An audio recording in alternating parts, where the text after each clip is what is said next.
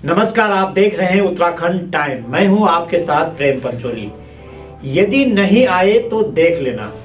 इस पंक्ति से आपको डर लग रहा होगा या आपको यह पंक्ति धमकी भरी लग रही होगी, पर ऐसा कुछ भी नहीं है। यदि आप उत्तराखंडी हैं तो जरूर समझ गए होंगे। यदि आप गैर उत्तराखंडी हैं तो आपको मैं समझा देता हूं। दरअसल हुआ यूं कि हर साल चार धाम ट्रस्ट देहरादून में उत्तराखंड लोक विरासत के नाम से एक आयोजन करता है। इसी आयोजन के निमंत्रण पत्र के अंत में यह पंक्ति अंकित है। इस पंक्ति का सीधा सा मतलब है कि जरूर आना। अब आप कह रहे होंगे कि इसमें तो लिखा है कि देख लेना। साहब, उत्तराखंडी जब किसी के बुलावे जाते हैं यानी आमंत्रण करने जाते हैं तो सामान्य तौर पर कह देते हैं कि जरूर आना, यदि नहीं आए तो देख लेना। तात्पर्य यही है कि यह हम उत्तराखंडियों के सामान्य बोलचाल में है।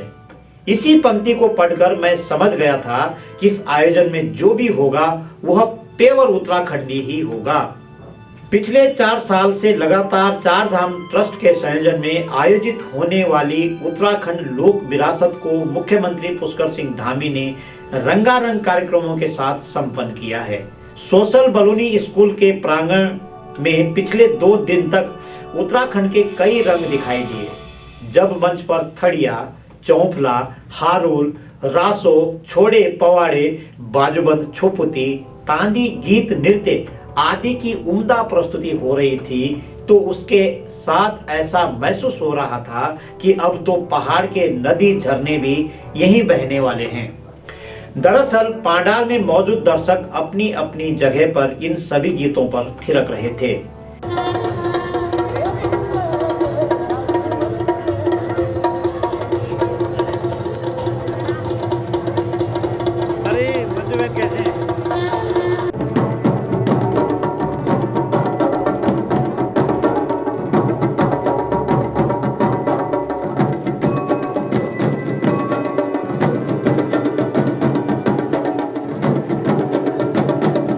उत्तराखंड लोक विरासत के मंच पर सोनाम धन्य नरेंद्र सिंह नेगी, जागर सम्राट प्रीतम भरतवाण जब मंच पर आए तो संपूर्ण पांडाल उत्तराखंडमय हो गया।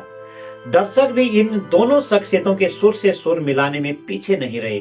इसके अलावा मंच पर दोनों दिन जागर सम्राट प्रीतम भरतवाण ने लोक धुनों के विविध आयाम प्रस्तुत किए हैं।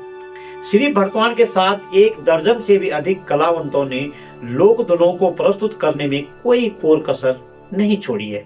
इसी बीच मंच पर चार धाम ट्रस्ट के संस्थापक डॉक्टर के.पी. जोशी आए और अपने उद्बोधन में कह दिया कि अधिकांश कलावंतों के नाम के पीछे दास शब्द का उच्चारण किया जाता है, लिखा भी जाता है। इसे भविष्य में हटा दिया जाए। इस पर जागर सम्राट डॉक्टर प्रीतम भरतवाण ने जवाब दिया कि दास का मतलब कोई गलत नहीं है। दास का संबंध ईश्वर से है, इसलिए इन कलावंतों की बजाई हुई धुन पर देवता अवतरित होते हैं। जनाब, लोक विरासत की यह कड़ी यही समाप्त नहीं होती।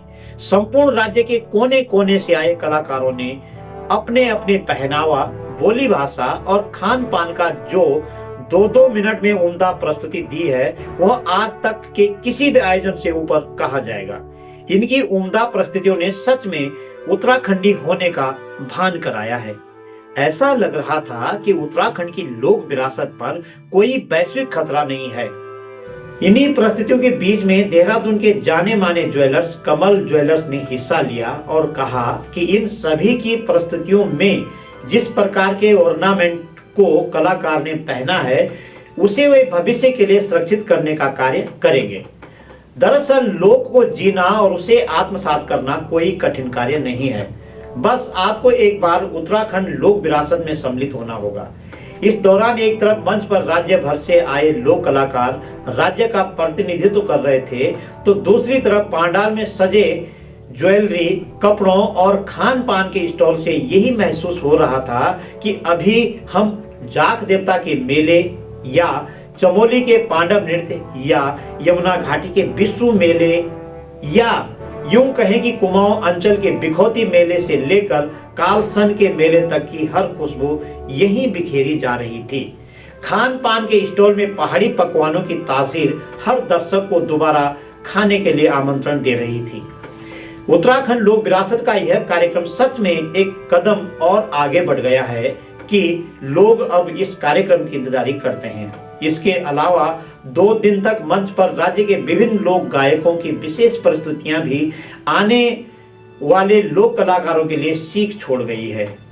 कुल मिलाकर उत्तराखंड लोक विरासत का यह कार्यक्रम अपने आप में अनूठा कहा जाएगा, इसलिए कि आयोजन में आरंभ से लेकर अंत तक राज्य के कोने कोने की मिट्टी की सुगंध फैल रखी थी।